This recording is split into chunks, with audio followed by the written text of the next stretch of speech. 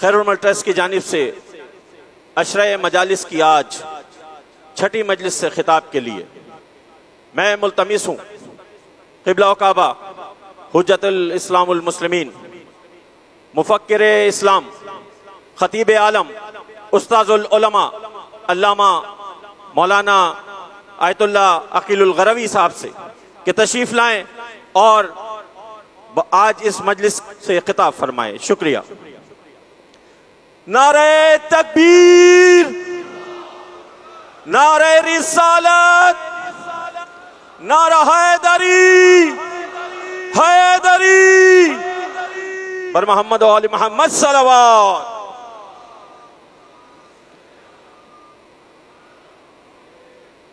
اس فرش ازا پہ اسلامی جمہوریہ ایران کے کونسل جنرل تشریف لائے ہیں.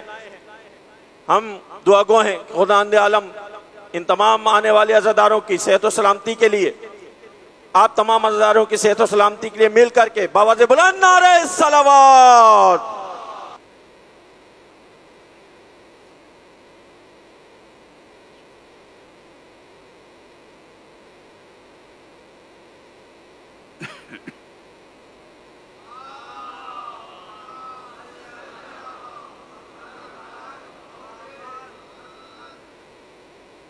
أعوذ بالله من الشيطان الرجيم. بسم الله الرحمن الرحيم. الحمد لله رب العالمين، والصلاة والسلام على أشرف الخلائق أجمعين، سيدنا وسيد الأولين والآخرين، حبيبنا وحبيب إله العالمين، إمام المرسلين وخاتم النبيين، أبي القاسم المصطفى محمد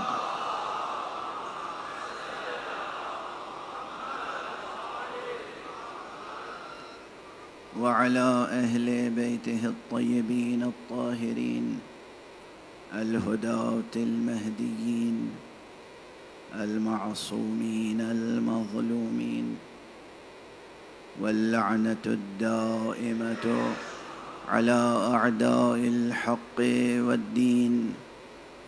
أما بعد، فقد قال الله تعالى عز اسمه في محكم كتابه ومتقن خطابه.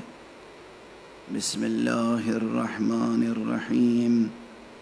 إن الذين آمنوا وعملوا الصالحات أولئك هم خير البرية، جزاؤهم عند ربهم جنات عدن تجري من تحتها الأنهار خالدين فيها أبدا، رضي الله عنهم ورضوا عنه، ذلك لمن خشي ربه. صدق الله العلي العظيم.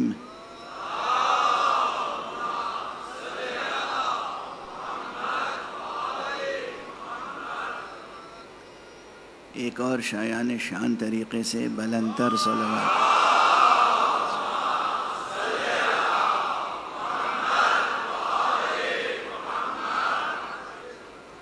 جزاکم اللہ خیر الجزا. اس صلوات کی بلند آواز سے بھی دنیا کے سامنے یہ ثبوت پیش کرتے ہیں ہم کہ ہم ایک زندہ امت ہیں، اور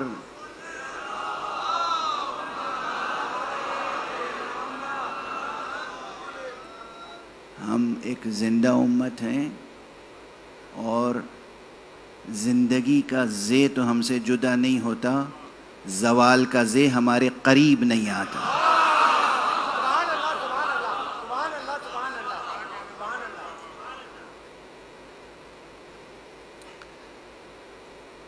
قرآن حکیم کی یہ 2 آیتیں مسلسل تلاوت کر رہا ہوں. ارشاد الہی ہے، ان الذین آمنوا وعملوا الصالحات، جو لوگ ایمان لائے اور انہوں نے عمل صالح انجام دیے، اعمال صالحہ انجام دیے. وہی خیر خلق خدا ہیں، خیر البریہ ہیں، اور ان کی جزا یہ ہے، جزاؤہم عند ربہم، ان کی جزا ان کے رب کے پاس یہ ہے کہ جنات عدن تجری من تحتها الانہار، جنتیں ہیں، لازوال جنتیں، پائیدار جنتیں، اور وہ جنتیں ہیں، وہ باغات ہیں کہ جن کے نیچے سے نہریں رواں دواں ہیں، نہریں جاری ہیں، تجری من تحتها الانہار خالدین فیہا ابدا، یہ وہ خیر بریت ہیں کہ جو ان جنتوں میں ہمیشہ ہمیشہ زندگی بسر کرنے والے ہوں گے۔ آپ سمجھ رہے ہیں کہ یہاں پر مفہوم کیا ہے؟ تم ازلی تو نہیں ہو، مگر ولایت علی سے وابستہ ہو گئے تو ابدی تم ہی رہو گے۔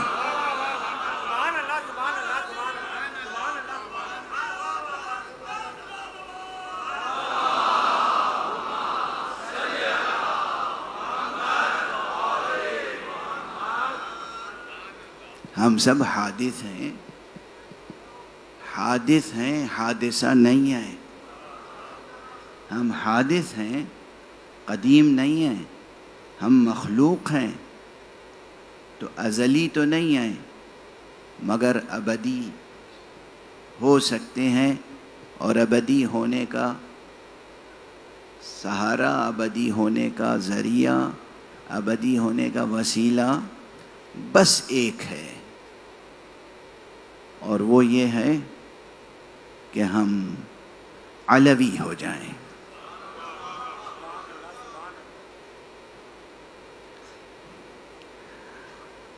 اب جب ہم مختصر جملوں میں ایک بڑی بات کہہ دیتے ہیں تو وہ جملے بہت سے لوگوں کی سمجھ میں نہیں آتے۔ علوی ہو جانے کے معنی یہ ہیں، دیکھیں وہی پھر رمز کی بات آتی ہے۔ کچھ رموز ہوتے ہیں،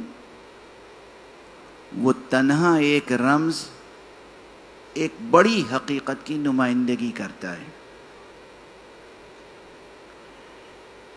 جب حضور اکرم محمد مصطفیٰ صلی اللہ علیہ وآلہ وسلم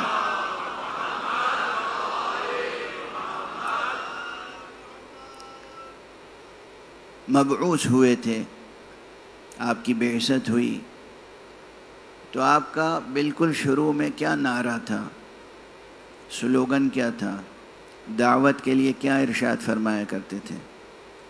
قولوا لا الہ الا اللہ تفلحوا، تم لا الہ الا اللہ کہو فلاح پا جاؤ گے۔ آج علماء اسلام سے پوچھئے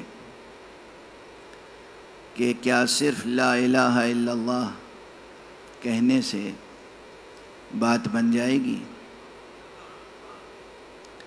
کیا محمد الرسول اللہ کہنا ضروری نہیں ہے؟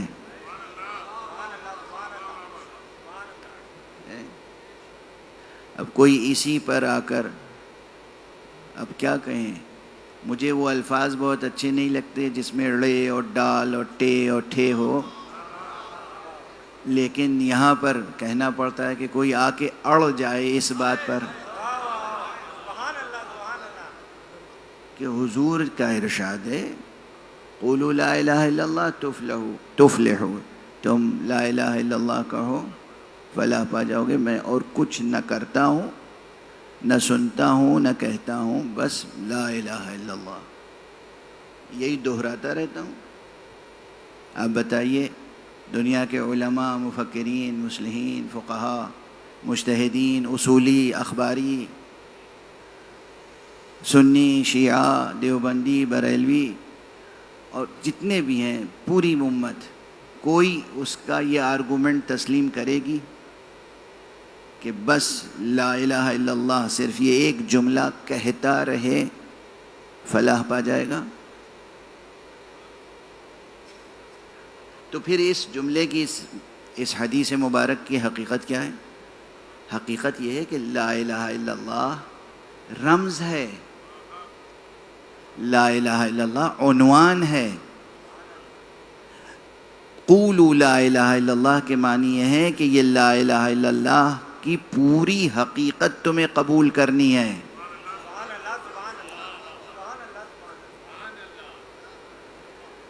اب میں ذرا سا اور وضاحت کر دوں کہ کوئی شخص کسی کنٹری کی شہریت لے رہا ہو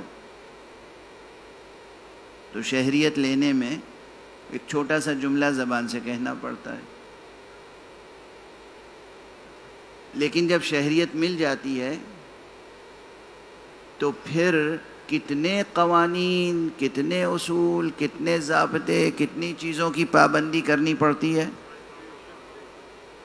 ملک کے ہر چھوٹے بڑے قانون کا احترام کرنا پڑتا ہے، ملک کے ہر چھوٹے بڑے قانون کو برتنا پڑتا ہے زندگی میں، ورنہ چھوٹی چھوٹی غلطی پر پکڑے جاتے ہیں۔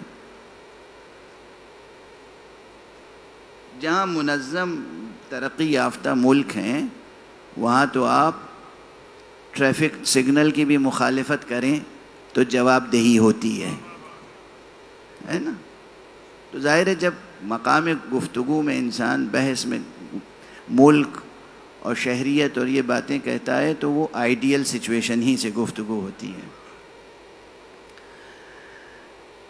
جس طرح کسی ملک میں داخل ہونے کے لیے لفظ تو ایک کہنا پڑتا ہے، اوتھ، یا جسے آپ لغوی اعتبار سے بیعت کہہ دیں، بیعت کرنی پڑتی ہے، ایلیجینس کا لفظ بھی آتا ہے، اوتھ کا لفظ بھی آتا ہے، حلف اٹھانا پڑتا ہے اور ایک جملہ زبان سے کہنا پڑتا ہے۔ لیکن جب آپ نے حلف اٹھا لیا، حلف لے لیا، شہریت قبول کر لی، تو پھر تمام مجموعہ قوانین کی پابندی لازم ہوتی ہے۔ اس میں کوئی شک ہے؟ یہ بالکل واضح بات ہے نا۔ اسی طرح یہاں حضور نے فرمایا قولوا لا الہ الا اللہ تفلحوا، تم کہو لا الہ الا اللہ فلاح پا جاؤ گے۔ جس طرح لا الہ الا اللہ رمز ہے نا، اسی طرح محمد رسول اللہ رمز ہے۔ اب آج کوئی آئے میرے سامنے گفتگو کرے اور اگر میں صرف یہ کہہ دوں کہ میاں آپ محمد رسول اللہ کہیے، نبی خاتم کی نبوت تسلیم کیجئے، فلاح اسی میں ہے، تو اب کیا اس کے لیے میں یہ کہہ رہا ہوں کہ آپ صرف محمد رسول اللہ کہتے رہیے، لا الہ الا اللہ کہنا بھی ضروری نہیں ہے؟ یہ کوئی بابر کر سکتا ہے؟ محمد رسول اللہ کہنے کے معنی یہ ہے کہ پورے نظام دین کو اختیار کرنا ہے۔ لا الہ الا اللہ بھی اس میں شامل ہے اور اس کے علاوہ بہت سی چیزیں شامل ہیں۔ بالکل یہی شان میرے اس جملے کی ہے جو میں نے کہا کہ حضور حق میں انعام پانے کے لیے، جنت الفردوس پانے کے لیے، ابدیت حاصل کرنے کے لیے، لا زوال عروج کے سلسلے پر گامزن ہونے کے لیے، لا زوال ارتقاء کے سفر پر جانے کے لیے علوی ہونا شرط ہے۔ یعنی اشہد ان علی ولی اللہ جس نے کہا، اب مجھے کہنے دیجئے کہ بالکل یہ مفہوم کے اعتبار سے مترادف ہے کہ جو بھی کہے اشہد ان علی ولی اللہ وہ فلاح پا گیا، کوئی تضاد نہیں ہے۔ کیونکہ جس طرح وہاں لا الہ الا اللہ کہنے کے ساتھ ساتھ بہت سی شرطیں ہیں، پورا دستور، اسی طرح محمد رسول اللہ کہنے کے ساتھ بہت سی شرطیں ہیں، پورا نظام، اور اسی طرح علی ولی اللہ کہنے کے ساتھ ساتھ بہت سی شرطیں ہیں۔ شرائط بھی اگر گنانا شروع کروں تو دامن وقت میں گنجائش نہ ہوگی۔ سہل نہیں ہے علی ولی اللہ کہنا، آسان نہیں ہے علی ولی اللہ کہنا، جیسے خواجہ حیدر علی آتش نے شاعری کے لیے کہا تھا کہ شاعری کھیل نہیں ہے جسے بچے کھیلیں، تو اشہد ان علی ولی اللہ کہنا اور ولایت سے وابستہ ہونا کھیل نہیں ہے، مذاق نہیں ہے۔ اشہد ان علی ولی اللہ کہنے کے لیے نظر جاں پیش کرنا پڑتی ہے۔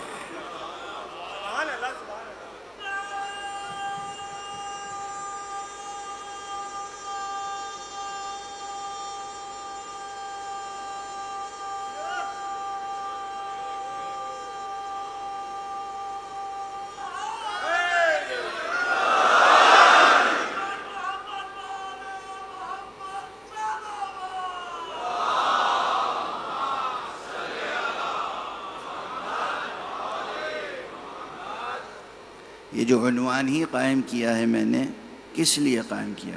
امت اور امامت۔ اور میں نے بہت سی امت کی تعریفیں اشارتاً ذکر کی اور سب کے لیے کہا کہ یہ ہے لکھا ہوا، مگر میں اس سے مطمئن نہیں ہوں، اس سے بلند تر بہت سی تعریفیں میں نے ذکر کی۔ یہ بھی ہے امت کے معنی، یہ بھی بیان کیے گئے، وہ بھی بیان کیے گئے، وہ بھی بیان کیے گئے، مگر میں نے کہا میں کسی سے مطمئن نہیں ہوں۔ امت اسے کہتے ہیں کہ اٹل حقیقتوں پر یقین، مکمل یقین رکھنے والے، تربیت یافتہ افراد کی وہ جماعت جو دنیا کے تمام انسانوں کے لیے نمونہ بن سکے،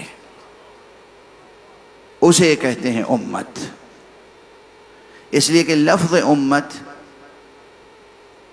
سے نکلا ہے۔ تو ماں کو بھی کہتے ہیں نا۔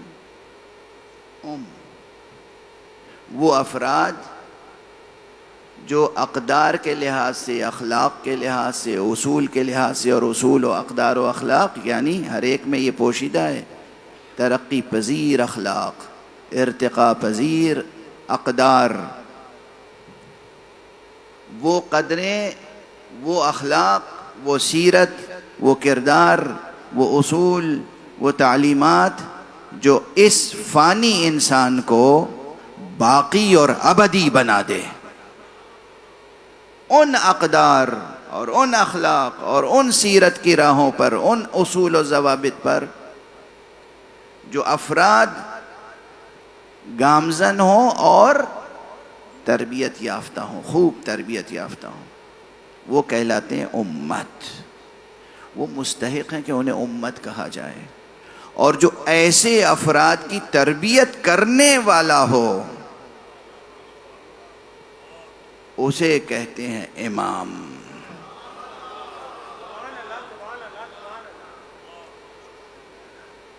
اسے کہتے ہیں امام۔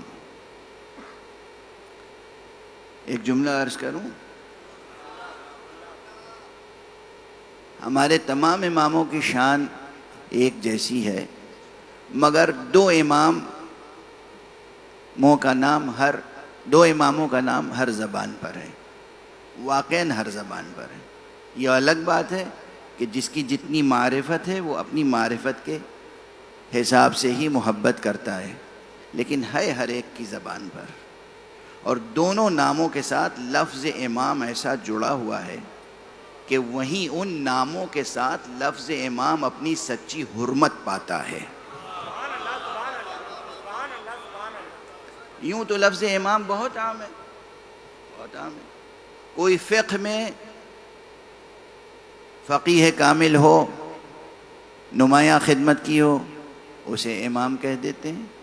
یہ عربی زبان کا لفظ ہے جیسے، اور عربی نہیں، اردو میں بھی۔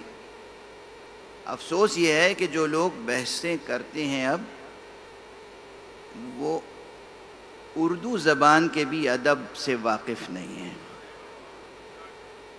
آپ جائیے کسی لائبریری میں بزرگ شعراء کا کہ دواوین اٹھا لیجئے، تو ایک سے زائد شعراء ایسے ہیں۔ یہ مثال کے طور پہ عرض کر رہا ہوں کہ لفظ کا ایک لغوی مفہوم ہوتا ہے، ایک ڈکشنری میننگ، لیگزیکل میننگ ہے، اور ایک اصطلاحی مفہوم ہوتا ہے، ایک مخصوص ٹرمینالوجی ہوتی ہے۔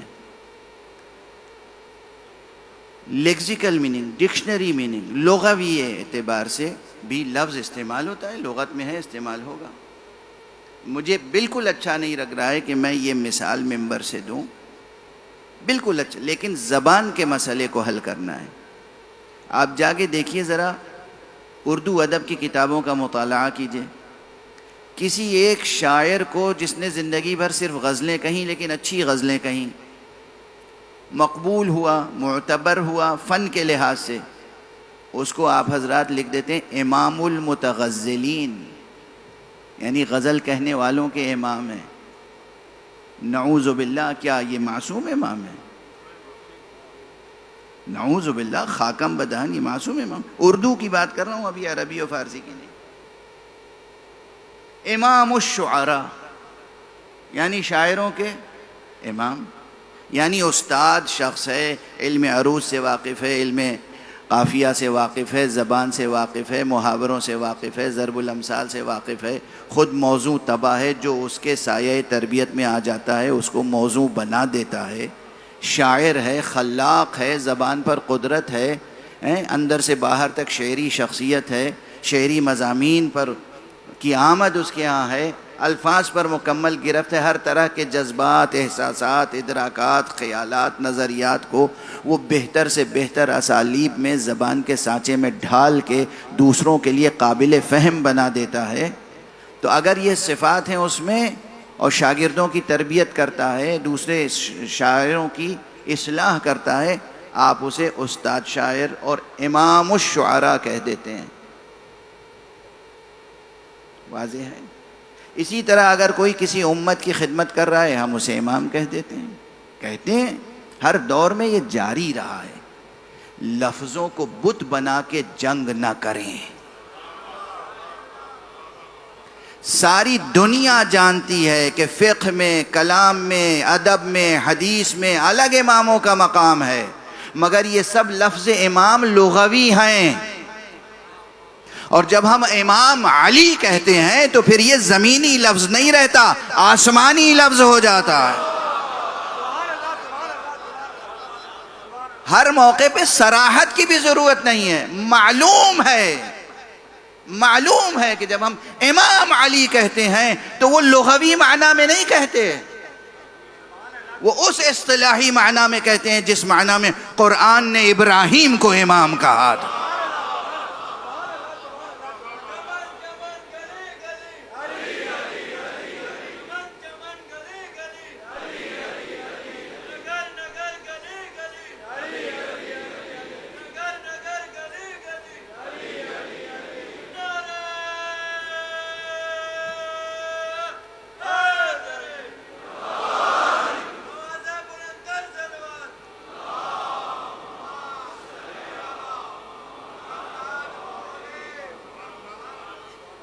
واضح ہے؟ غالباً کل یا پرسوں کی مجلس میں ایک آیت جناب ابراہیم علی نبینا وعلیہ الصلاۃ والسلام، یا علیہ وعلی نبینا الصلاۃ والسلام کے بارے میں ایک آیت میں، بہت سی آیتیں ہیں، مثال میں عرض کی تھی کہ ان ابراہیم کان امۃ قانتا للہ حنیفا ولم یک من المشرکین، یہ عرض کر چکا۔ یہی قرآن جو جناب ابراہیم کو امت کہہ رہا ہے، قرآن مجید جناب ابراہیم کو تنہا، جناب ابراہیم کو امت کہہ رہا ہے۔ ابراہیم تو تنہا ایک امت تھے، قرۂ ارض کی ساری آبادی جمع ہو جائے تب بھی امت کہلانے کی مستحق نہیں ہے۔ ابراہیم تنہا امت ہے، یہ قرآن ہے۔ اسی قرآن مجید نے جناب ابراہیم کی امامت کا اعلان کیا ہے، اور وہاں صراحتاً لفظ امام آیا ہے۔ آپ حضرات برابر یہ آیت سماعت فرماتے ہیں، ممبروں سے برابر یہ آیت پڑھی جاتی ہے، کتابوں میں برابر یہ آیت لکھی جاتی ہے، کوٹ کی جاتی ہے، لیکن توجہ رکھیے کہ جو لوگ یہ کہتے ہیں کہ قرآن مجید میں تو اصلاً امامت کا ذکر ہی نہیں ہے،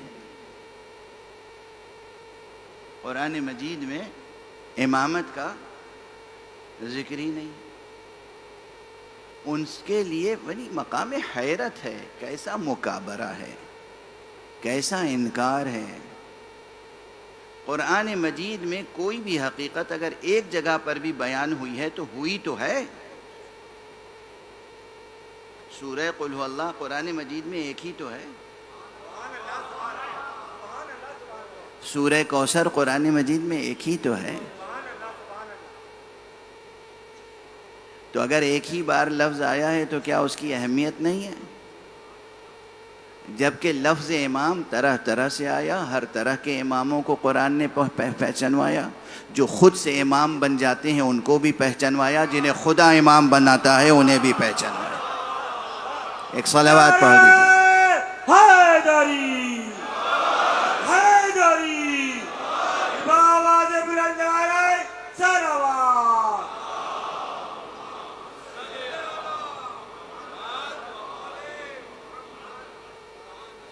قرآن مجید میں، حدیثوں میں یہ مضمون مختلف الفاظ میں، مختلف عبارتوں میں، مختلف تعبیروں میں بار بار آیا ہے کہ مثلا ائمۃ یہدون الی الجنہ و ائمۃ یہدون الی النار. ایسے بھی امام ہیں جو جنت کی طرف لے جاتے ہیں، ایسے بھی امام ہیں جو جہنم کی طرف لے جاتے ہیں.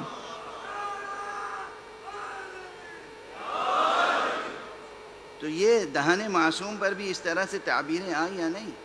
تو یہ جو استعمال ہے یہ ہے لغوی استعمال، لغوی ڈکشنری میننگ. جیسے آپ ہر دو پائے کو انسان کہہ دیتے ہیں، یہ ڈکشنری میننگ میں کہتے ہیں بس.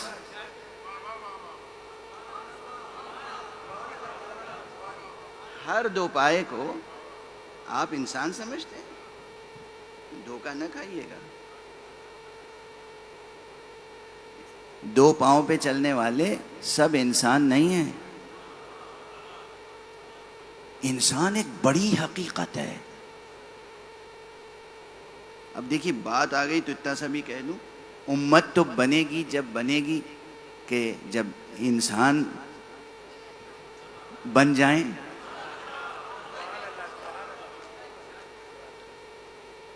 تو میں عرض کروں کہ انسان کو انسان کیوں کہتے ہیں؟ اب کتب اخلاق میں، علم اخلاق کی کتابوں میں، علم عرفان کی کتابوں میں، اور عام لغت کی کتابوں میں، فقہ اللغہ کی کتابوں میں، اردو میں تو فقہ اللغہ پہ کوئی کتاب ابھی تک لکھی نہیں گئی اردو کی نسبت سے، اور عربی زبان میں فقہ اللغہ کے عنوان سے بہت کتابیں لکھی گئی ہیں. لغت اور فقہ اللغہ میں بھی بہت فرق ہے. بہرحال تو بعض حضرات نے انسان کے نام کو بتایا ہے کہ انسان کو انسان اس لیے کہتے ہیں کہ وہ انس رکھتا ہے. انس، چونکہ اس میں انس پایا جاتا ہے اس لیے اسے انسان کہتے ہیں. اس فقیر کو یہ بات بہت ہی تشنہ اور ادھوری معلوم ہوتی ہے جب تک اس کی مکمل تشریح نہ ہو جائے.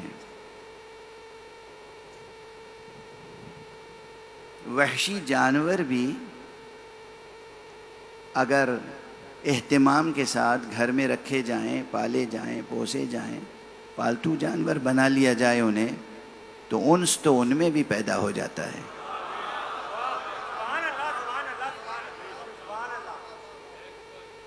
درندوں میں انس پیدا ہو جاتا ہے، درندوں میں انس پیدا ہو جاتا ہے. تو کیا آپ انہیں انسان کہیں گے؟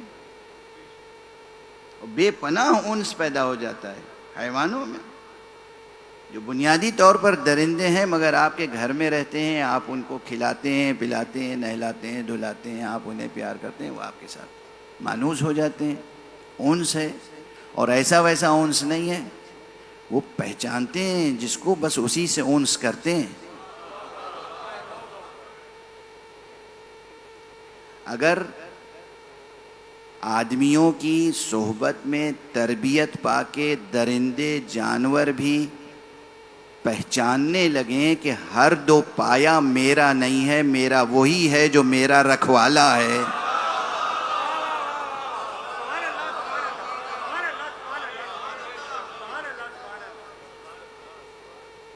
تو پھر ہمیں اور آپ کو بھی کم سے کم اس سے اتنا برتر ہونا چاہیے کہ ہم ہر ایک کو اپنا مولا نہ بنا لیں، اپنا آقا نہ بنا لیں، اپنا امام نہ بنا لیں، اپنا رب نہ بنا لیں، اپنا پروردگار نہ بنا لیں. ہم اسی کو بنائیں کہ جو ہمارا واقعاً آقا ہے، جو واقعاً ہمارا سرپرست ہے، جو واقعاً ہمارا پروردگار ہے. تو اگر اتنی سی بات سمجھ میں آ گئی وضاحت کے ساتھ اور آپ نے داد بھی دے دی، تو اب یہ جملہ تسلیم کر لیجئے کہ سامنے کی چیزوں سے مانوس ہو جانا، یہ صفت تو جانور میں بھی ہوتی ہے.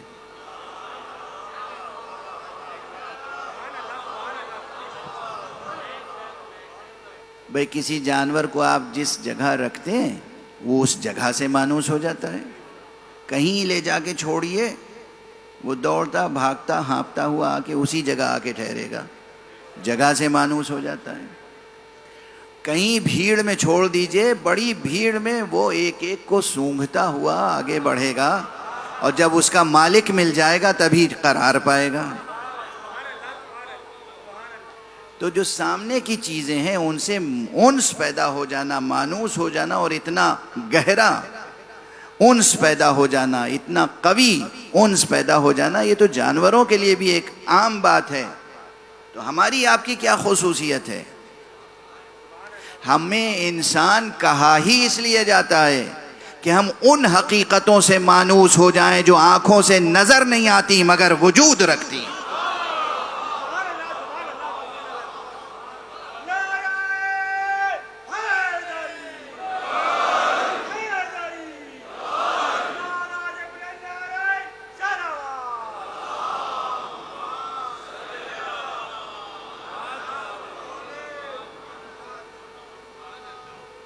جو حقیقتیں ہیں وجود رکھتی ہیں. یعنی ایک دو پایا دوسرے دو پائے سے مانوس ہو کے انسان کہلانے کا مستحق نہیں ہوگا، مگر یہ کہ یہ وجود تربیت پا کر، معرفت حاصل کر کے اس حقیقت کبریٰ سے انس پیدا کر لے کہ ذکر خدا اس کے دل کے اطمینان کا ذریعہ بن جائے. الا بذکر اللہ تطمئن القلوب. آگاہ ہو جاؤ کہ اللہ کے ذکر سے دل مطمئن ہوتے ہیں. اللہ آنکھوں سے نظر نہیں آتا، اللہ کے وجود کو آپ ہاتھوں سے لمس نہیں کر سکتے، اللہ کی خوشبو کو آپ اپنے مشام جاں سے محسوس نہیں کر سکتے، اللہ کی آواز آپ براہ راست اپنے کانوں سے نہیں سن سکتے، مگر اللہ ہے.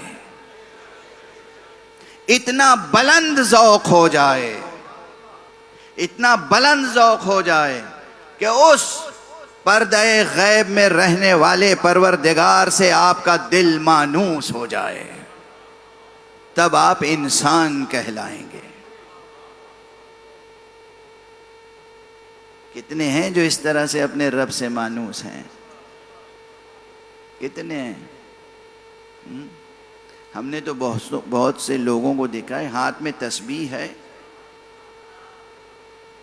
گویا کہ نام اسی کا جپ رہے ہیں، لیکن دل میں اضطراب ہے، اطمینان نہیں ہے، وحشت ہے، آنکھوں سے حیرت اور وحشت جھلکتی ہے، اور وہ دنیاوی وسائل پر انحصار کرتے ہیں.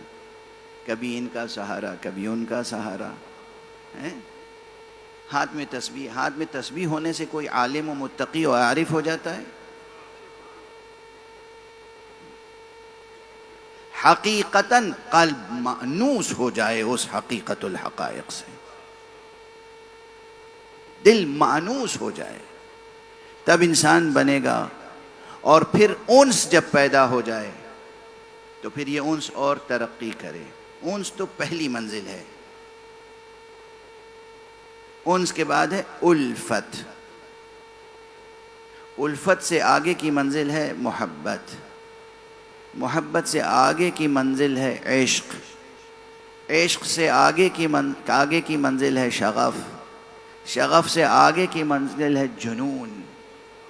لیکن یہ جنون بے عقلی اور بے علمی والا جنون نہیں ہے. جنون کی بھی جہاں قسمیں ہوں اور محسوس معلوم قسم. ایک شخص نہ علم رکھتا ہے نہ ادراک رکھتا ہے، فاقد العقل ہے، فاتر العقل ہے، عقل ہی نہیں ہے اس کے پاس. ایک تو وہ ہے، اسے بھی مجنون کہتے ہیں سب ہیں. اور صحیح استعمال ہے لفظ کا یا نہیں؟ صحیح استعمال ہے. اور ایک وہ بھی ہے جو علم رکھتا ہے، معرفت رکھتا ہے، عشق رکھتا ہے، اور اس کے بعد محبت خدا میں یا محبت رسول اکرم میں، محبت امیر المومنین میں وہ اس طرح مستغرق ہے کہ دنیا سے کٹا ہوا ہے، دنیا سے بالکل منقطع ہے. لوگ اسے مجنوں کہتے ہیں. یہ لفظ بھی یہاں پر بھی اس کا درست استعمال ہے، غلط استعمال نہیں ہے. جب لفظ مجنوں کے ایسے دو متضاد معنی موجود ہیں تو لفظ امام کے دو معنی متضاد کیوں نہیں سمجھ میں آتے؟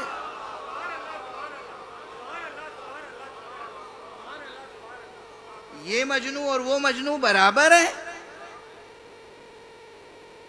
اسی طرح کیا یہ امام اور وہ امام برابر ہیں؟ الفاظ کی اگر شناخت اور الفاظ کا استعمال نہیں آتا تو پھر تو بہت مشکل ہو جائے گی. دیکھیے الفاظ کی حرمت ہے، زبان پر توجہ دیں.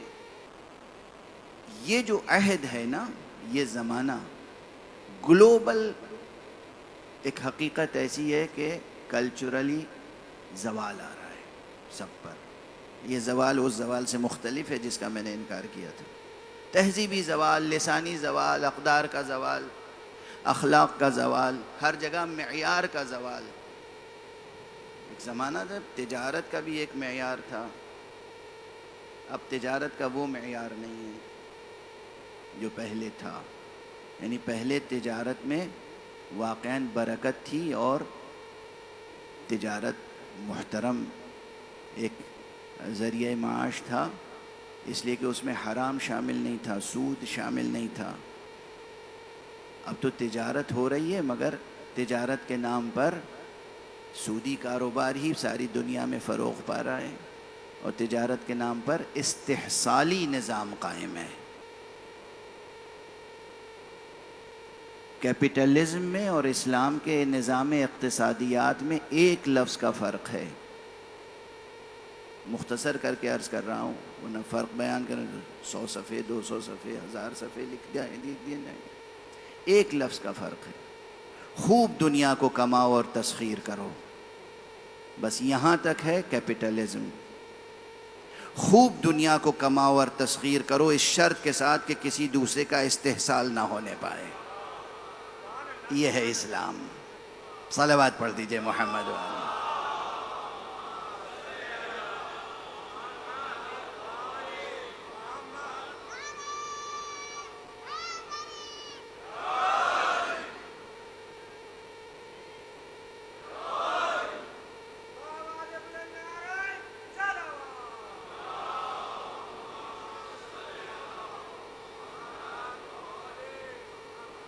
بہرحال یہ جو جدید اور ویسٹرن کیپٹلزم ہے، اس نے جان بوجھ کر ایک نظام ایسا بنایا ہے کہ دنیا کی تمام قومیں کمزور ہو جائیں، ان پہ زوال آ جائے، ان کی تہذیب و ثقافت مسخ ہو جائے. وہ اپنے انداز سے جس طرح جینا چاہتے ہیں ویسے سب کو جینے کی تعلیم دے دیں. یہ بات میں صبح کی مجلسوں میں کہہ چکا ہوں، لیکن ضرورت اس بات کی ہے کہ یہاں بھی دہرا دوں. دیکھیے آپ ایک امت بنیں گے تب جب اپنی قدروں کو محفوظ رکھیں گے، اپنی اصالت کو محفوظ رکھیں گے، اپنے اعتقادات کو محفوظ رکھیں گے. اور جب ہم اعتقاد کہتے ہیں، یہ تو عام اصطلاح ہے تو میں نے عرض کر دیا. میں علم کلام میں لفظ عقیدہ جو بہت زیادہ استعمال ہوتا ہے اس کا قائل اتنا زیادہ نہیں ہوں. لفظ عقیدے کی بات ہے. اسلام بہت پرانا جملہ ہے، بار بار دہرا چکا ہوں اور آپ سے کہہ رہا ہوں دہراتے رہیے گا. اسلام نے عقائد کی طرف نہیں بلایا ہے، حقائق کی طرف بلایا ہے. کیا فرق ہے دونوں میں؟ عقیدہ ممکن ہے کہ کوئی عقیدہ نہایت جہل پر بھی مبنی ہو، مگر لوگ اپنے دل میں وہ جاہلانہ بات بسائے ہوئے ہوں اور اس کو اپنا عقیدہ سمجھتے ہوں. دنیا میں ہیں ایسے لوگ یا نہیں ہیں؟ محض جہالت کی بات مگر وہ ان کا عقیدہ ہے. یا محض جہالت نہ ہو، غلط فہمی ہو، حالانکہ غلط فہمی بھی وہ منتہی ہوتی ہے سب جا کے جہالت ہی پر. غلط فہمی پر بھی کسی کا عقیدہ مبنی ہو سکتا ہے. غلط فہمی نہ ہو، خوش فہمی ہو، خوش فہمی پہ بھی عقیدے بن جاتے ہیں. اسلام نہ جہل پر، نہ غلط فہمی پر، نہ خوش فہمی پر دعوت دیتا ہے. اسلام ٹھوس اٹل حقیقتوں پہ دعوت دیتا ہے. اللہ ذات باری خالق حضرت حق سبحانہ و تعالی ایک زندہ حقیقت ہے، اس لیے اسلام اس کی طرف بلاتا ہے. توہم نہیں ہے، وہم نہیں ہے، خیال نہیں ہے. اللہ کسی خیال کا نام نہیں ہے، اللہ کسی نظریے کا نام نہیں ہے، اللہ کسی عقیدے کا نام نہیں ہے. اللہ ایک زندہ حقیقت کا نام ہے. اس لیے اسلام اللہ کی طرف بلاتا ہے. تو حقیقتوں پر مبنی ہوں اور پھر آگے بڑھتے چلے جائیں. اپنی حقیقتوں کو محفوظ رکھیں. دنیا کیا چاہتی ہے آپ سے؟ آپ کے حقیقتوں کو، آپ کے رموز کو سلب کر لیں، آپ کی تہذیب کو سلب کر لیں. اور کم ہمت لوگ، پست ہمت لوگ، ضعیف لوگ، کمزور لوگ بہت جلدی اس فریب میں آ جاتے ہیں. ہمارے بچے خواہ ان میں خواہش ہوتی ہے جوانوں میں کہ ہم ایسے بن جائیں کہ لوگ ہمیں ترقی یافتہ سمجھیں. ترقی یافتہ کا مفہوم کیا ہے ان کے ذہن میں؟ مغربی اقدار. ویسٹرنائز جو وے آف لائف ہے، ویسٹرن وے آف لائف، مغربی انداز زندگی، بہت سی حقیقتوں پہ پردے ڈالے گئے ہیں، اس لیے کہ پردے حقیقتوں کے حسن میں اضافہ کرتے ہیں.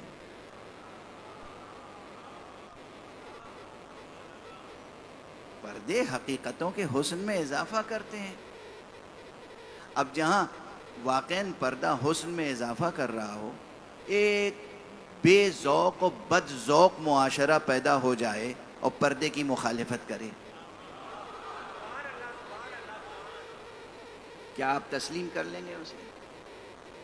ایسا نہ کیجیے گا. دست ادب جوڑ کے ایسا نہ کیجیے. ترقی یافتہ ہونے کی علامت بے پردگی نہیں ہے.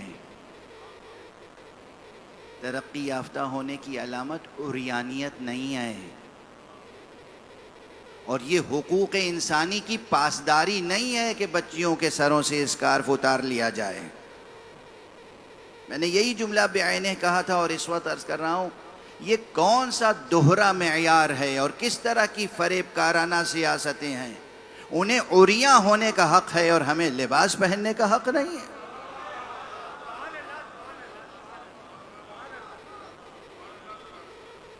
اسے وہ حق کہتے ہیں. دوسرے کے سر سے چادر چھین لینا بنیادی حقوق انسانی ہے.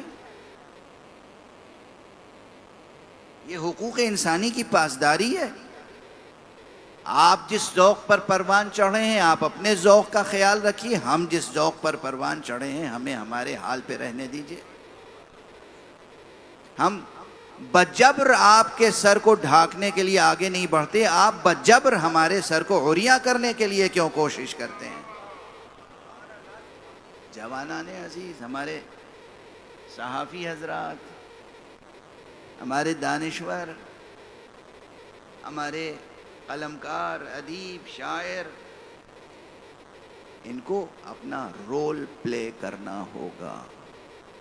انہیں اپنا حق ادا کرنا ہوگا جرأت کے ساتھ، شہامت کے ساتھ، شجاعت کے ساتھ، ثبات قدم کے ساتھ، ورنہ آپ امت نہیں بن سکیں گے، ورنہ آپ ایک مضبوط امت نہیں بن سکیں گے۔ اور پھر اس امام کی امت جس کے نام کے ساتھ لفظ امام آتا ہے، تو معلوم ہوتا ہے کہ اس لفظ کو معنویت مل گئی۔ وہ دو ہی نام ہیں، ایک نام گرامی ہے حضرت امیر المؤمنین امام المتقین علی ابن ابی طالب،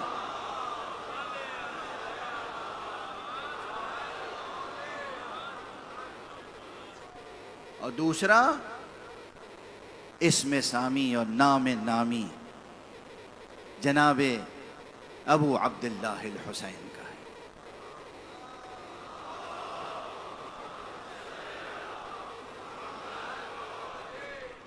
سب حضرات مل کر ایک شایان شان بلند صلوات۔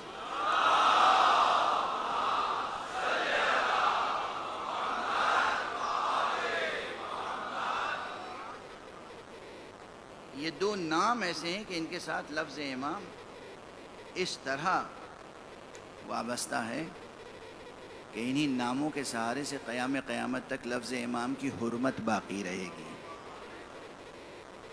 ہاں، ہم اپنے علماء کو بھی کہتے ہیں امام، جیسے میں نے عرض کیا ادیب شاعر اپنے اپنے انداز سے کہتے ہیں، ہم اپنے علماء کو بھی کہتے ہیں، علماء امت کو بھی کہتے ہیں۔ ایک طویل فہرست ہے اماموں کی، وہ ایک اعتراف ہے کہ یہ اپنے اپنے فن میں بلند مرتبے پر فائز تھے۔ امت مصطفیٰ کو دوبارہ امت مصطفیٰ بنانے کی جس شخص نے کوشش کی، اس ذات گرامی کو بھی ہم فخر کے ساتھ امام کہتے ہیں۔ یہ جو جدید انقلاب آیا ہے ایران میں، انقلاب اسلامی ایران، اس انقلاب اسلامی کے بانی حضرت حجت الاسلام والمسلمین، امام المتکلمین، امام الفقہاء، امام عرفاء، حضرت امام خمینی رضوان اللہ تعالی علیہ ہیں۔ عرفان میں بھی ان کا وہ مقام ہے کہ وہ امام عرفاء ہیں۔ اس اصطلاح تمام اہل عرفان میں ایک ممتاز مقام ہے ان کا۔ اور فرق کیا ہے؟ عرفاء کی کتنی طویل و عریض فہرست مل جائے گی اگر آپ 1000 1200 1400 برس کی تاریخ میں اٹھا کے دیکھیں۔ کتنے لوگ عارف کہلاتے ہیں، صوفی بزرگ عارف، اللہ سلامت رکھے انہیں۔ یہ آپ کے مقبول نعت خان بھی ہیں، مشہور معروف شخصیت ہے، اتحاد بین المسلمین کے رمز ہیں۔ اور یہ میرے دوست مرحوم حضرت خواجہ حسن ثانی نظامی کے عزیز قریب ہیں، بھتیجے ہیں ان کے۔ حضرت خواجہ حسن نظامی اور ان کے فرزند خواجہ حسن ثانی نظامی مشہور صوفیہ میں سے ہیں۔ درگاہ حضرت نظام الدین اولیاء دہلی کے سجادہ نشیں ہیں، اور خاندان سید ہے، عابدی خاندان ہے۔ اب یہ ان کا تقیہ ہے کہ عابدی نہیں لکھتے، چشتی لکھتے ہیں۔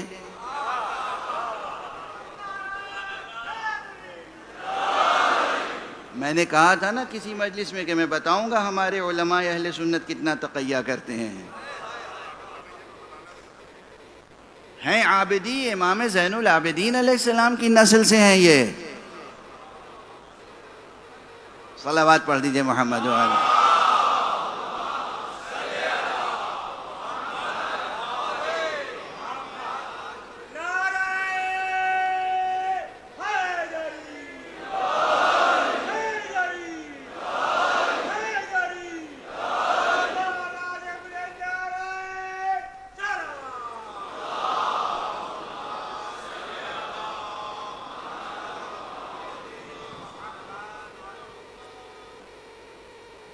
تو بہرحال میں نے ایک مثال دے دی کہ وہ ہیں تو عابدی مگر لکھتے ہیں چشتی۔ ایک نظام ہے، ایک سلسلہ ہے۔ یہ تشریف فرمائے، ایک مثال دے دی میں نے۔ جو گفتگو عرض کر رہا تھا، جو جو سلسلہ گفتگو آگے بڑھ رہا تھا وہ آپ اپنے ذہن میں محفوظ رکھیے گا کہ ملت میں، امت میں کون شامل ہو سکتا ہے اور امام ہم کسے کہہ سکتے ہیں۔ عرفاء کا ایک طویل سلسلہ ہے، صوفیوں کا ایک طویل سلسلہ ہے۔ خدا کی قسم 1400 برس کی روشن تاریخ میں، تاریخ کی روشنی میں، روشن تاریخ میں کوئی دوسرا عارف ایسا نہیں ہے جو اتنا بڑا انقلاب لے کر آیا ہو۔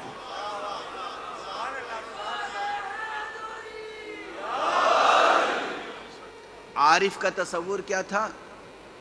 صوفی کا تصور کیا تھا؟ مراقبے میں ہے۔ صوفی جب بھی دیکھیے مراقبے میں، مراقبے کا تصور کیا تھا؟ زانوں پر سر جھکائے ہوئے، آنکھ بند کیے ہوئے، گم سم بیٹھے ہوئے۔ پوچھئے کیا کر رہے ہیں؟ کہ مراقبے میں ہیں۔ مراقبے کے معنی کیا ہوتے ہیں؟ مراقبے کا روٹ ورڈ کیا ہے؟ راقبہ یراقبو کے کیا معنی ہے؟ مراقبتاً۔ رے قاف بے میں کس روٹ ورڈ میں کیا معنی پوشیدہ ہے؟ اگر آسانی سے سمجھ میں نہ آئے تو پھر ادب کا حوالہ دوں گا۔ ارے کچھ نظم، غزل، سلام، مرثیہ یہ بھی پڑھا کیجئے۔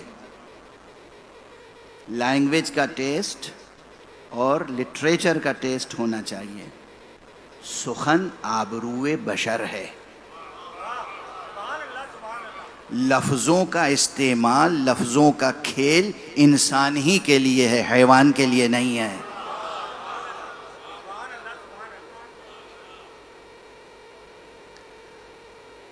تو ادب میں، شاعری میں ایک لفظ بار بار استعمال ہوتا ہے، رقیب۔ اور رقیب کو کیا کہتے ہیں؟ رقیب روح سیاہ۔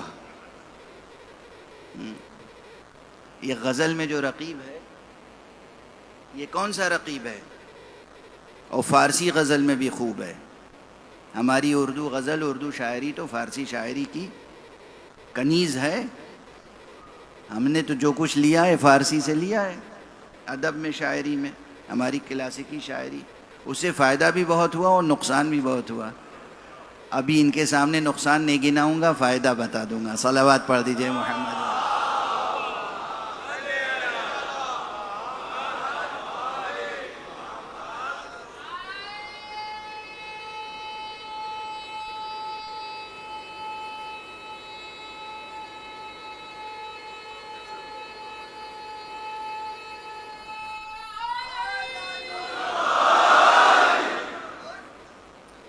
تو بہرحال غزلوں میں رقیب کا استعمال ہوتا ہے۔ رقیب کا استعمال کون کرتا ہے؟ عاشق رقیب کا استعمال کیوں کرتا ہے؟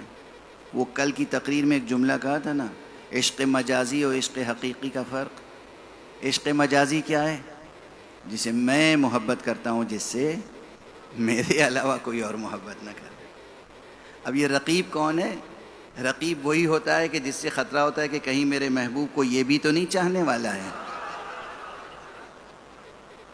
اب چونکہ یہ وہم ہو گیا یا شبہ ہو گیا یا شک ہو گیا یا یقین ہو گیا کہ بھئی یہ بھی اسی کو چاہتا ہے جسے میں چاہتا ہوں، تو اب ایک عاشق دوسرے عاشق کو کہتا ہے رقیب۔ اور روح سیاہ، رقیب سیاہ دل، رقیب روح سیاہ، جو کچھ بھی نہ کہے کم ہے۔ کیوں کہتا ہے رقیب؟ کیونکہ پھر یہ ایک دوسرے کی نگرانی کرنے لگتے ہیں۔ یہ پہنچ تو نہیں گیا اس تک، وہ ان کو دیکھ رہا ہے، یہ پہنچ تو نہیں گیا اس تک۔ اچھا، جو یہ نگرانی کرے گا کہ پہنچ تو نہیں گیا، وہ نہ کھائے گا، نہ پیے گا، نہ سوئے گا، وہ تو بس دیکھتا رہے گا، کہیں پہنچ تو نہیں گیا۔ یہ روح سیاہ، یہ کمبخت کہیں میرے محبوب تک تو نہیں پہنچ گیا۔ لیکن یہ جو روح سیاہ رقیب ہے، اس میں معنی کہاں سے آئے؟ رقابت سے۔ رقابت کے وہ معنی ثانوی ہیں جو رنجش کے معنی میں ہیں۔ رقابت اصل ہے نگرانی۔ اسی لیے اب تو ہم اپنے الفاظ بھولتے جا رہے ہیں نا۔ اب ہر لفظ مغرب سے امپورٹ ہو کے آ جاتا ہے۔ خالی چیزیں تھوڑی آتی ہیں، الفاظ بھی آتے ہیں۔ پہلے ہاسٹل وارڈن کو ہمارے ہاں کیا کہتے تھے؟ جب ہم اردو میں کہتے تھے تو اسے کیا کہتے تھے؟ مراقب. مراقب. تو یہ جو مراقب ہے، مواظب مراقب کہ وہ نگراں ہوتا تھا اسٹوڈنٹس پہ، پڑھائی کر رہے ہیں یا نہیں، وقت سے سوئے یا نہیں، وقت سے اٹھے یا نہیں، یہ ڈائننگ ہال میں وقت سے گئے یا نہیں، کھانا کھایا بچوں نے، ناشتہ کیا، اسکول میں گئے، کلاس میں گئے، نہیں گئے. ایسا تو نہیں ہے کہ ہاسٹل کی خوابگاہ میں پڑے سوتے رہے یا کہیں بغیر اجازت چلے گئے. یہ جو سب مراقبت ہے، نگرانی، تو یہ سو کے ہوتی ہے یا جاگ کے؟ جاگ کے ہوتی ہے نا. تو یہ صوفیوں کا انداز تو عجیب ہے کہ سر بزانو آنکھ بند کیے ہوئے گویا اونگھ رہے ہیں، سو رہے ہیں، وہ کہہ رہے ہیں مراقبت کر رہے ہیں. رقیب ہو تو کوئی ایسا کہ اپنے نفس کی بھی ایسی مراقبت کرے کہ باطل کی پیروی نہ کرنے پائے، اور ایسی قوی مراقبت کرے کہ تنہا اپنی نہیں بلکہ پورے ملک کی ایک امت کو اتنا بیدار کر دے کہ وہ پھر باطل کے سامنے سر جھکانے کے لیے تیار نہ ہو.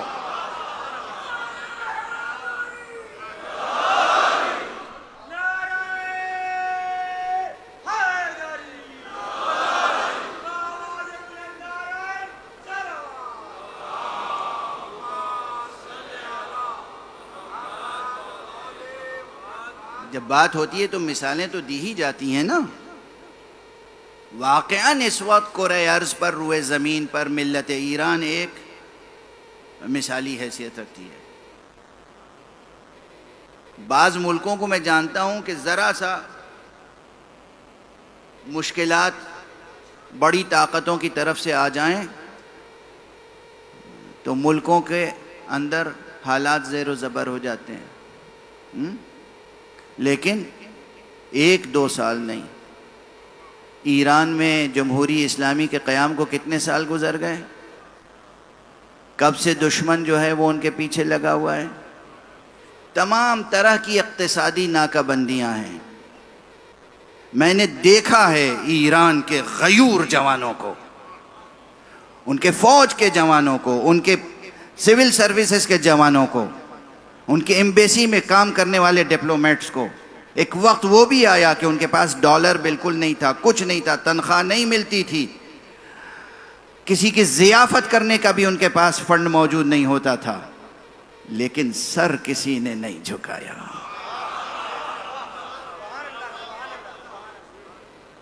بہت کڑا وقت گزرا ہے ملت پر اور گزر رہا ہے. میں ظاہر ہے کہ ساری باتیں تو نہیں عرض کر سکتا ورنہ موضوع بالکل بدل جائے گا. مثال کے طور پہ صرف کہہ رہا ہوں کیا، یعنی 40 برس گزر گئے لیکن ملت اسلام کا سر جھکا نہیں ہے ابھی. جو ایسی امت کی تربیت کرے اس کا نام خمینی اور خامنئی ہے.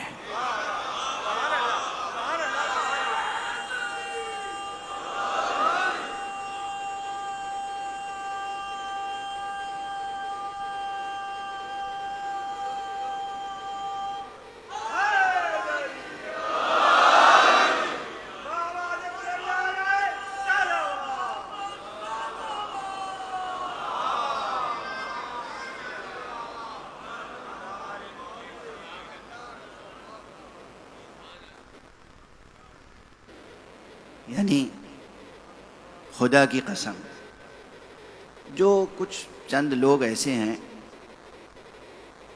جو کہ برابر گستاخیاں کرتے ہیں آیت اللہ العظمیٰ خامنئی کے سلسلے میں، اور چونکہ میں ممبر سے اکثر ان کا تذکرہ کر دیتا ہوں تو پھر ظاہر ہے کہ وہ لعن کا مستحق میں بھی ہو جاتا ہوں.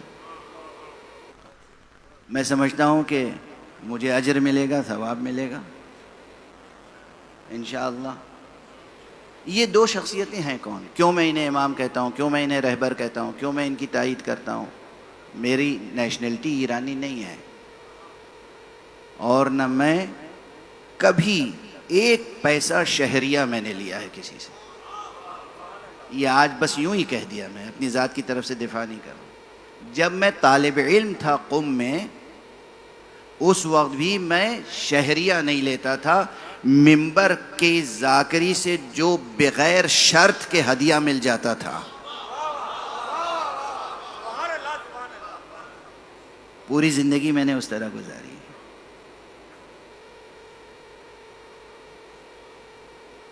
شہریہ نہیں لیا، خمس نہیں لیا، ایران سے کوئی وظیفہ نہیں لیا، نہ آج لیتا ہوں. ان کے کسی ریکارڈ میں پیسہ لینے والوں میں میرا نام نہیں نظر آئے گا، نہ ہندوستان میں، نہ پاکستان میں، نہ لندن میں، نہ امریکہ میں، نہ کہیں. اور جو اپنے اسلامی ملک سے ایک پیسہ نہ لیتا ہو، وہ کسی اور سے کیا لے گا؟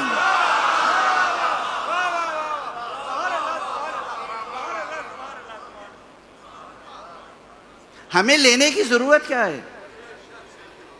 ایک اسٹیٹس ہے ہمارا. آپ لوگ بڑے القاب و آداب وغیرہ استعمال کرتے ہیں، میں شرماتا رہتا ہوں. ایک اسٹیٹس ہے ہمارا، وہ کیا ہے؟ ہم آقا حسین کے نوکر ہیں. آپ اپنے کسی نوکر کو بھوکا سونے دیں گے؟ آپ ممکن ہے کہ کوئی آپ کا نوکر ہو، آپ اسے بھوکا سونے دیں؟ تو یہ کیسے ممکن ہے کہ آقا حسین اپنے نوکروں کو بھوکا سونے دیں گے؟ اور جو ان کے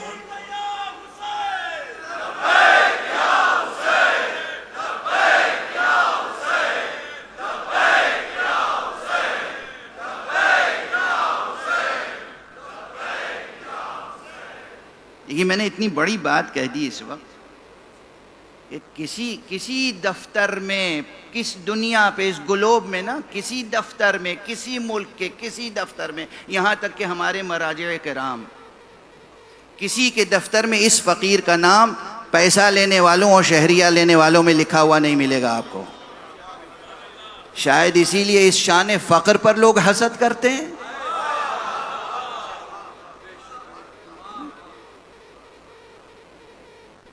تو یہ اس لیے کہنا پڑا مجھے کہ جو میں عرض کر رہا ہوں وہ ایک وظیفہ خوار انسان کی بات نہیں ہے. میں تمام دنیا کی تاریخ پڑھ رہا ہوں، موجودہ تاریخ، تہذیب، ثقافت پہ نظر ڈال رہا ہوں. یہ دو ہیں کون؟ ان پہ کوئی وحی نہیں آئی ہے، یہ معصوم نہیں ہیں. نہ امام خمینی 15ویں معصوم تھے، نہ آغائے خامنئی 15ویں معصوم ہیں. ان کے سامنے کہہ رہا ہوں. نہ امام خمینی 13ویں امام تھے، نہ آغائے خامنئی 13ویں امام ہیں. وہ 12 امام، 14 معصوم، 55 پاک اپنی جگہ. ان کا کمال یہ ہے کہ دنیا کے دوسرے افراد دنیا کی خاک کو اپنی آنکھوں کا سرما بناتے ہیں، انہوں نے نبی اور اہل بیت کی خاک کو اپنی آنکھوں کا سرما بنایا ہے.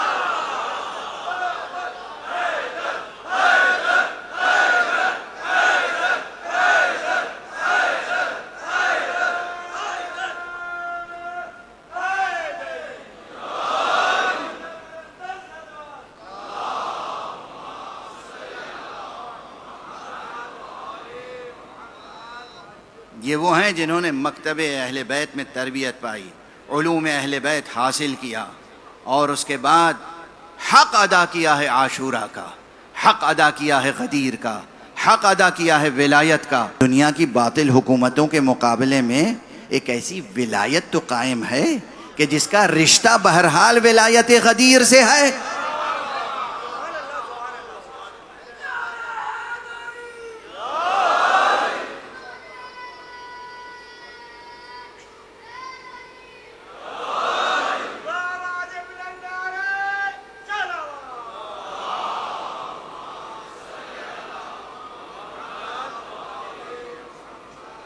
ہم جب اپنے ان علماء کا بھی قصیدہ پڑھتے ہیں تو دراصل اہل بیت کا قصیدہ ہوتا ہے.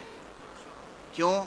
یہ اگر عقل مبارک میں نہ آ رہی ہو بات تو ایک مثال دے دوں، قرآنی مثال. حالانکہ اب میری صحت آج بگڑ گئی تھی اور پڑھنے کی سکت تو نہیں ہے، مگر آپ کی صلوات کے سہارے سے پڑھتا چلا جا رہا ہوں.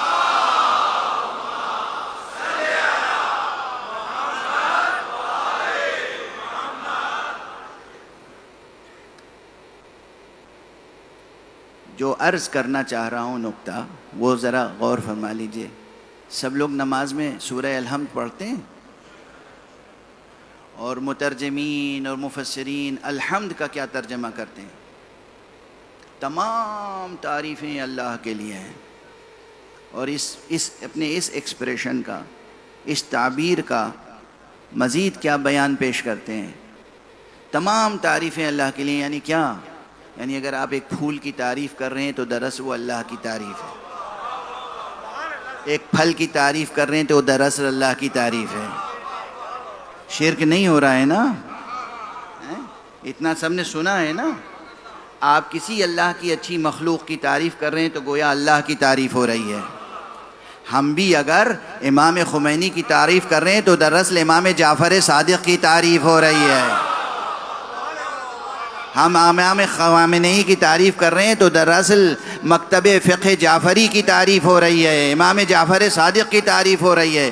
جتنے فقہا ہیں مکتب امام جعفر صادق میں پروان چڑھنے والے ہیں.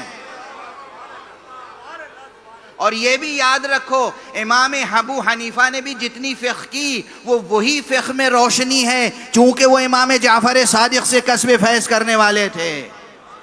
جتنی فقہ اسلام کی ہیں، جتنی فقہ اسلام کی ہیں، چاہے فقہ حنفی ہو، فقہ مالکی ہو، فقہ حنبلی ہو، فقہ شافعی ہو، فقہ عباضی ہو، جہاں بھی اصیل فقہ کا جتنا جز ہے فیضان آل محمد ہے.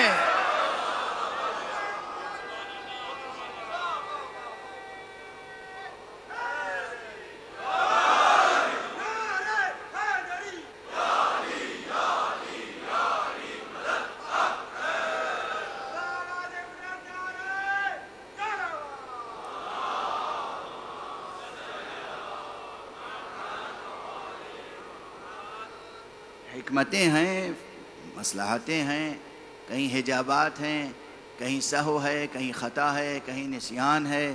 انسانوں میں یہ ہوتا ہے، اختلاف رائے پیدا ہو جاتا ہے، اختلاف فتویٰ ہو جاتا ہے. اختلاف رائے اور اختلاف فتویٰ دشمنی نہیں ہے. ایک بھائی کہتا ہے کہ میں سفید رنگ کی قمیص پہنوں گا، دوسرا بھائی کہتا ہے کہ میں سبز رنگ کی قمیص پہنوں گا، تو کیا دشمنی ہے دونوں میں؟ اختلافات کو مٹانے کی فکر کیجئے، وحدت کو پارا پارا کرنے کی سازشیں نہ کیجئے. اور اگر وحدت کہیں کھو گئی ہے کثرت میں تو اسے دوبارہ دریافت کرنے کی کوشش کیجئے. وحدت، اتحاد، توحید، یہی صراط مستقیم ولایت ہے. یہی صراط مستقیم ولایت ہے. اگر ولایت غدیر کا کلمہ نہ پڑھا ہوتا ہم نے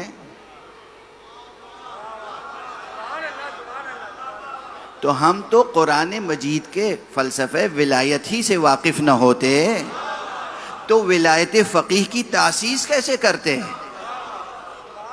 ولایت فقیہ کی تاسیس دراصل اہل بیت کی ولایت کو عام سے عام تر کرنے کی ایک کوشش ہے.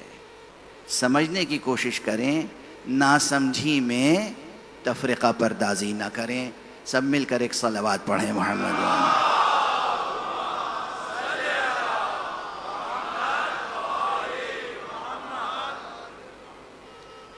مثال دی میں نے، اس وقت آپ کے سامنے محسوس مثال ہے. مصیبتیں ہیں، جبر ہے، ظلم ہے، اقتصادی ناکہ بندی ہے، سینکشنز ہیں، مگر قوم اپنی جگہ، امت اپنی جگہ کھڑی ہوئی ہے. یہ ایک معمولی سا پرتو ہے. اس امت میں اتنی شجاعت و جرأت و حمیت آئی کہاں سے؟ اس لیے کہ اس نے کربلا کی امت کو اچھی طرح دیکھا ہے. یہ سب سبق وہاں سے لیا ہے. تو یہ فیضان حسینی ہے. خود امام خمینی رحمۃ اللہ علیہ کا جملہ ہے، وہ کہتے ہیں کہ ہمیں جو کچھ حاصل ہے عاشورہ سے حاصل ہے. ہمارے پاس جو کچھ ہے عاشورہ کی دین ہے. آقا حسین آج پوری دنیا میں جس کے پاس جتنا بھی اسلام ہے نا، یہ آقا حسین کی قربانی کا نتیجہ ہے،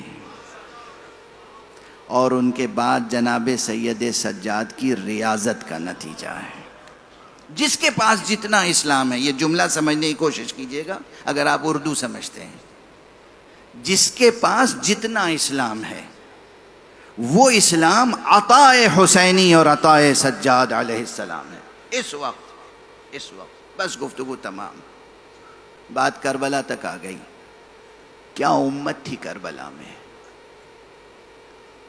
کیا حوصلہ تھا، کیا بلند ہمتیں تھیں، کیا اولو العزمی تھی، کیا اولو العزمی تھی، کیا اولو العزمی تھی۔ شب عاشور جب سرکار نے دوسرے آنے والے روز کا ماجرا بیان کیا، دیکھو کل یہ ہونے والا ہے، یہ سب جو بڑا لشکر ہے یہ صرف میرے خون کا پیاسا ہے، تم جا سکتے ہو، آزاد ہو، کوئی تم پر ملامت نہیں ہے، میں نے اپنی بیعت اتار لی تمہارے گردنوں سے، آزاد ہو۔ تڑپ گئے اصحاب اور تڑپ گئے اہل بیت۔ خطبے برابر سنتے رہتے ہیں آپ، وقت میں اب بالکل 1 دقیقے کی بھی گنجائش نہیں ہے، مگر یہ اس وقت میں گنجائش نہیں ہے، ہم تو ذکر مولا کر رہے ہیں، اور بس چند فقرے ضرور عرض کریں گے۔ ایک ایک نے آ کے جان ساری کا عہد تازہ کیا، اور پھر امام نے فرمایا جب سب کا اظہار ہو گیا جذبات کا، تو امام نے کہا خدا تمہاری زندگیوں میں برکت عطا فرمائے۔ اپنے مقامات دیکھنا چاہتے ہو؟ روایت میں ہے آپ نے اپنے اصحاب کو ان کے مقامات جو خلد میں تھے وہ دکھائے۔ اسی ماحول میں یہ جو خطبہ ہو رہا تھا اور عہد و پیمان ہو رہا تھا، گفتگو ہو رہی تھی، جب امام نے شہادتوں کا ذکر کیا ہے تو ایک نوجوان کھڑا ہوا کہ میں بھی شہید ہوں گا یا نہیں۔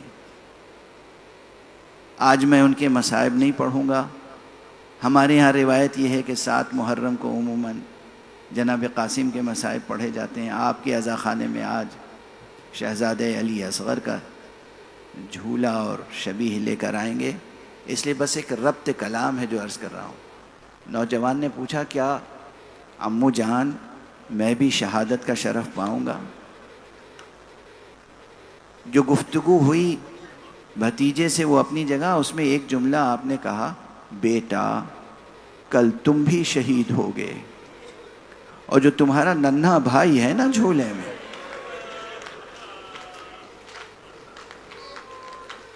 اجرکم علی اللہ، اجرکم علی اللہ، کہ وہ ننھا شیرخوار بھی شہید ہوگا۔ جوان تڑپ گیا، امو جان کیا یہ خیمے میں آ جائیں گے؟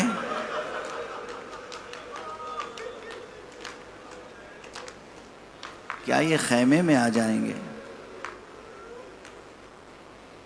اب تاریخ میں مقاتل میں تمام جملے تو حضرت کے نہیں لکھے ہوئے ہیں، لیکن میں دست ادب جوڑ کے کہوں گا، قاسم تم اپنے امو جان سے کیا کیا پوچھنا چاہتے ہو؟ امام کو علم ہے کہ دشمن خیام حسینی میں در آئیں گے، مگر تب جب آقا کی بھی شہادت ہو چکی ہوگی۔ وہ شیرخوار جس کے لیے مولا نے، امام نے پہلے ہی کہہ دیا تھا کہ شیرخوار بھی شہید ہوگا، وہ شہید ہوا، مگر کس طریقے سے شہید ہوا ہے کہ امام نے اپنے دشمن پر حجت تمام کرنے کے جتنے اسالیب تھے وہ سب استعمال کیے۔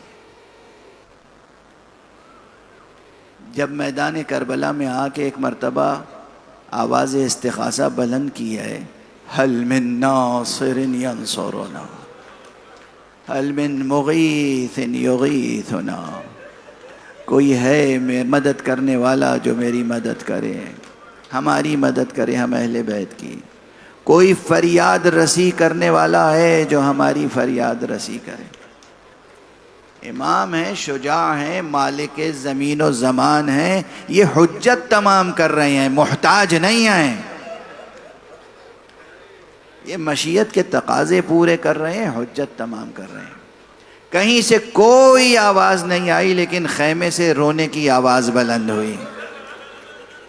آقا خیمہ گاہ پر آئے، دروازے پر تشریف لائے، باب خیمہ پر کھڑے ہوئے اور کہا بہن زینب ابھی میں زندہ ہوں، ابھی رونے کا کیا سبب ہے؟ جناب زینب نے فرمایا بھیا وہ بچہ جس نے 3 دن سے آنکھیں بھی نہیں کھولی تھیں، جیسے ہی آپ کی صدائے استغاثہ سنی ہے بچہ تڑپ گیا اور ایسا ہمکا ہے کہ وہ جھولے سے زمین پر آ گئے۔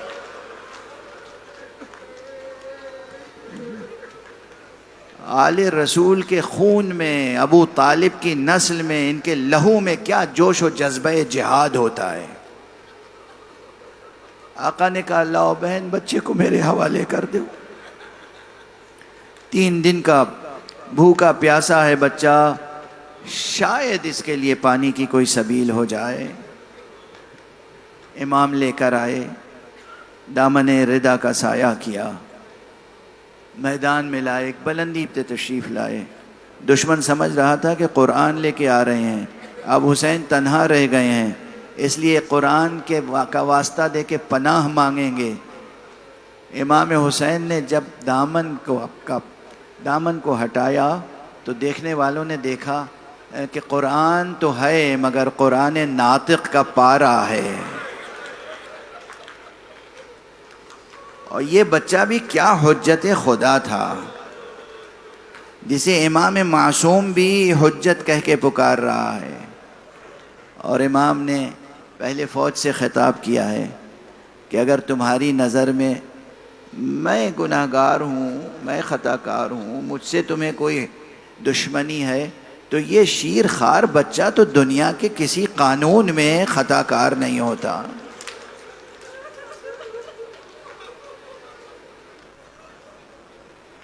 پھر آپ نے اپنے بچے سے کہا بیٹا تم حجت خدا کے فرزند ہو، اپنی پیاس کا خود اظہار کر دو۔ بچے نے چہرہ جو باپ کے سینے سے لگا ہوا تھا، باپ کے دل کی دھڑکنوں سے بچہ جی رہا تھا، اس بچے نے ایک مرتبہ چہرہ موڑا، دشمن فوج کی طرف رخ کیا، سوکھی ہوئی زبان